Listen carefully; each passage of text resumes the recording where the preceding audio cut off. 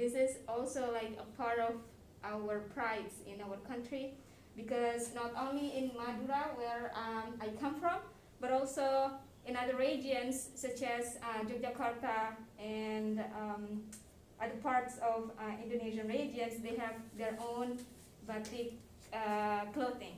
So everybody has batik, I believe, but sometimes people wear batik in a special occasion, and also like informal occasion. So in my island we have 4 districts, and at least all of the districts actually produce batiks, but the difference are in their parents, and also the use of I think maybe like materials, and also like related to the coloring process, that may be the different. But each of the batik pattern in each district has their own uniqueness. So that's why I am bringing to you this topic, Indonesian locality batik into language for arts / social studies, because I also incorporate some processes of interviewing the community in my curriculum unit. So I have 2 essential questions for the whole part of the unit, which are: how do you promote the batik community and their business? How do we maintain and strengthen students' identity as an active member of batik community? Okay, so I will talk a little bit about the demographics and also the cultural background of one of the districts that I was observing.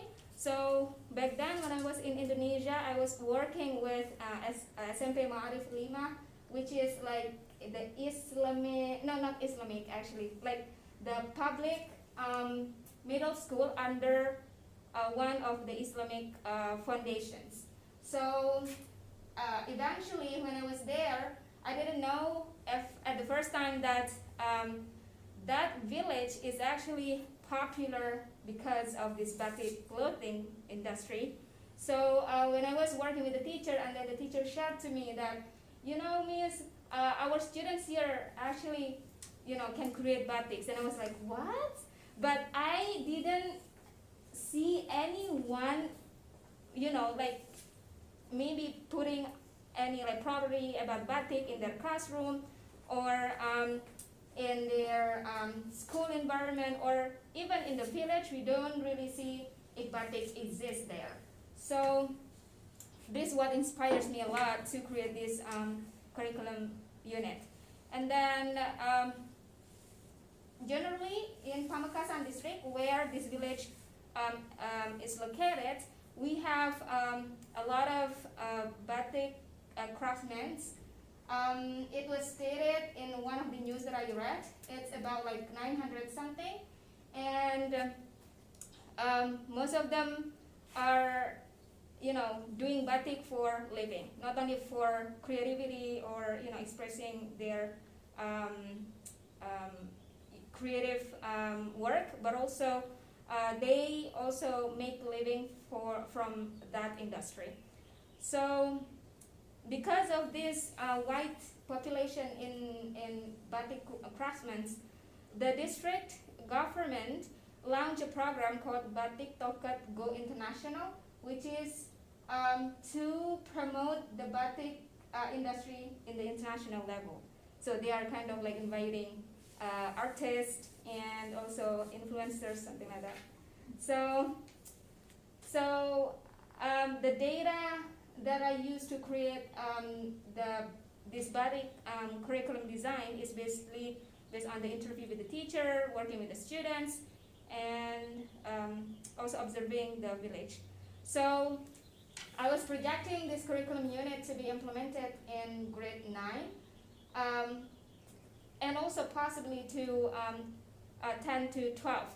So in this middle school, we only have one English teacher, and I believe although like the proficiency of their English isn't in the advanced level, but I use these multilingual resources to be a part of my curriculum unit. So what I saw from my curriculum unit is that I'm trying to invite my students to observe their surrounding, and also to be more aware of their parents' strengths and their family strengths, and also finding out like how they can contribute to the school needs, and also trying to like dig deeper on their historical stories from their village, because as I said, in the school we don't really see the property of batik being engrossed in the school community. So this unit will also use and promote the local products of the community, because we are trying to like encourage our students to report their finding from the surrounding. And of course, it is also part of the initiative to open a community laboratory where school community and batik community in general can work together. And basically what I'm trying to say with the theory is that in some parts of my materials there will be some stories about Madurese population, about the ownership of the land, and then also some narratives from the community where they can have a look and see like how their community are constructed and value the norms that are not maybe available in other community in other regions, because this is only like for batik community itself. And then at the end of the unit there will be a final project to create a news report where this is based on this theory about news literacy. And this news report is not coming from other part of the world, but it comes from their own surrounding. So they will do sort of mini ethnography interview with the parents, so that they can like critically evaluate what is happening in their community, and then what should they do to report this uniqueness or the goodness of the community. And the standards that I'm trying to use is coming from the Indonesian standards, and also so this one is from the social this one is from the language education standards in my country. And then also there's a lot of Dutch, no? Like the language there. Sorry? There are a lot of words like that come from Dutch in India. Oh yeah. Mm-hmm. Yes, you're right. And then we have also this one, so WIDA standards. So I'm trying to like see how I can use these standards too in my unit, apart from these existing standards in my country. And then another part of it is we call it as character building standards in my country, related to like spirituality and social emotional learning. So yeah, those are the standards that we use. And then overall, my curriculum unit will touch on some important aspects here, like for example, they should be able to like trace their identity as a part of the batik community. They can promote their cultural identity and strengths through visuals and textual representation. Also, you're trying to learn about the domain-specific words for batik industry, and then writing report text for their community, about their community and batik, also their village in English.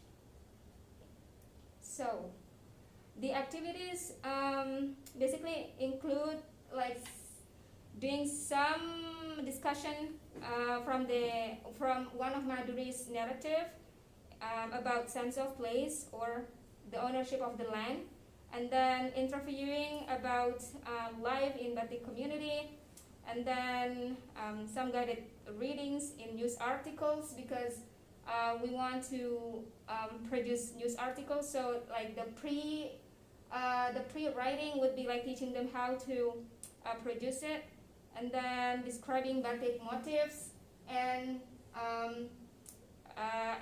to use this learning to describe the essential products they find in the community in the news, and then practicing how to report events around them. Okay, so basically those are, and the assignments, we are diversifying the assignment based on the topic in each week. So okay, so let's talk about the strategies and scaffolding. I have prepared some of the strategies like this, especially for interviewing parents, for example, or like community. I prepared the interview log so students can just fill out what they need to find during the interview.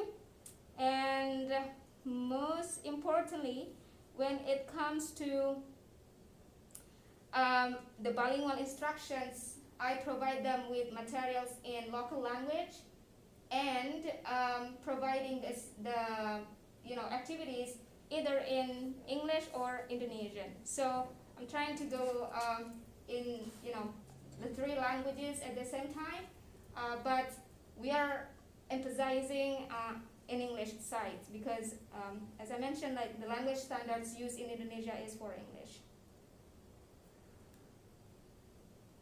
And then for formative assessment, for the first week of the meetings, we will have a peer assessment. So they will go further on the sentence check between the students.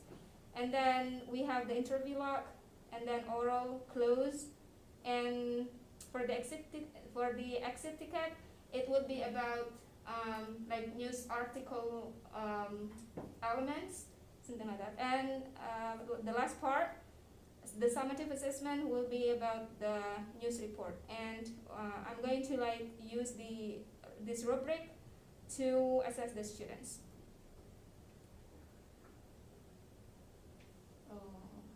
This is like pretty much small. I don't know if it's like visible or not. But yeah, so this is the first detail of my lesson plan. So the goal is to define ownership and ways to preserve their land.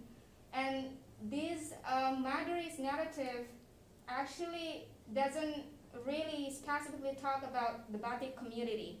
But what I learned from this story is that students are aware of being more, like having a sense of belonging to their place, and also know exactly how they can decide whether they need to preserve the land for their community purposes, or they allow the investors to take over their land for their benefits. Then the community will not get things or like profits or benefits.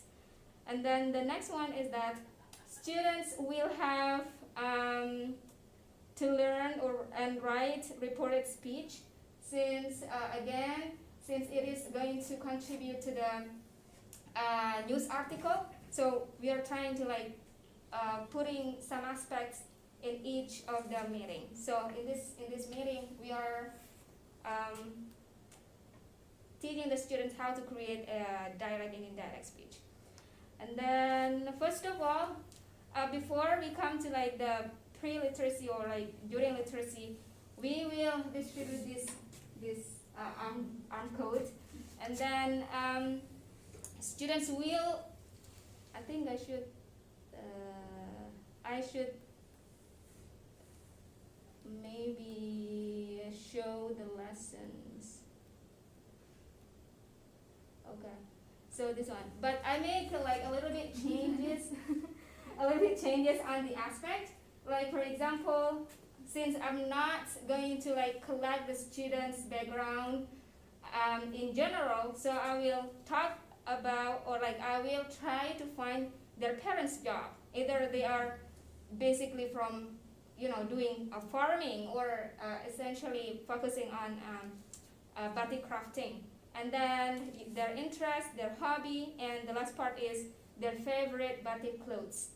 And in this part, which is like the quartile 4, they can use their drawing skill to show us about like the patterns of the batik clothes that they have and they like.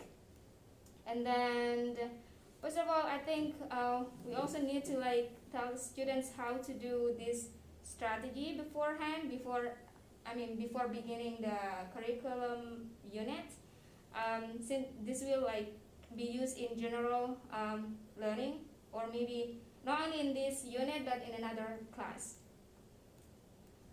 Okay. And then before they are reading the story, they will have to preview these words first. And I will show you the story that I am going to use. So this is in Madurese language, and we have only like 10 to 11 pages, but I'm just focusing on 2 pages related to the ownership of the land, because like the rest of the pages related to like how the community in Madurese help to each other in terms of economic or financial needs. So this one, okay. So it's written by Fiqh Ahmad As-Sanusi, and this author is a graduate from Islamic boarding school in Madura.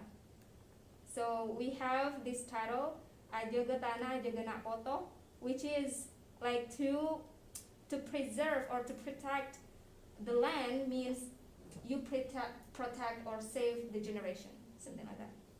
So this one, okay. And then after that, after they preview the vocabulary, we will have a further reading. So this one is related to the close reading that we are trying to figure out with these strategies. Okay.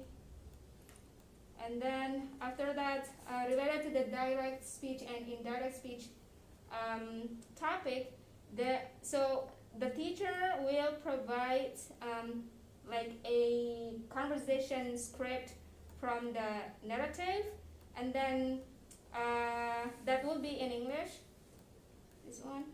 And then also we provide an example of how to convert this direct speech to indirect speech. So we can use color coding to provide the students with easy access to understand this material. And then we will also have opportunity to provide the students with this meta-linguistics, meta-linguistic strategies, like in what conditions they are going to like convert the direct speech to indirect speech. And then after that, they can do search 2 more conversation in the story, but they need to, like transfer the Madurese language to English to proceed with this task. Either way, if the students cannot do it, we can have our English conversations from the story, and then ask them to provide or to find out how to convert this direct speech to indirect speech. And it is really helpful because when they are working on the news report, they will have an interview results, and of course when they are trying to like convert from the oral speech from the interviewee, they can use this strategy too. After they are doing these 2 sentences in pairs, they will have like peer assessment or peer checking. So I provide with the details, like either this sentence is already has already changed the position of the speaker, for example, or maybe you could have another criteria for the students, either the tenses in the dialogue is already changed to another tense when you are reporting the indirect speech. And then, for example, again, if you as the writer has already removed the question marks or the quotation marks in the direct speech or not. So by giving them this criteria, then students can just check in yes or no column. So if they have the majority, I mean, like if this list has yes answers for all criteria, then it is called indirect speech. If there is one or maybe some of the criteria are entitled with no answer, then they should work on it again, like how to revise it again. So yeah, so that's all it. Okay, satu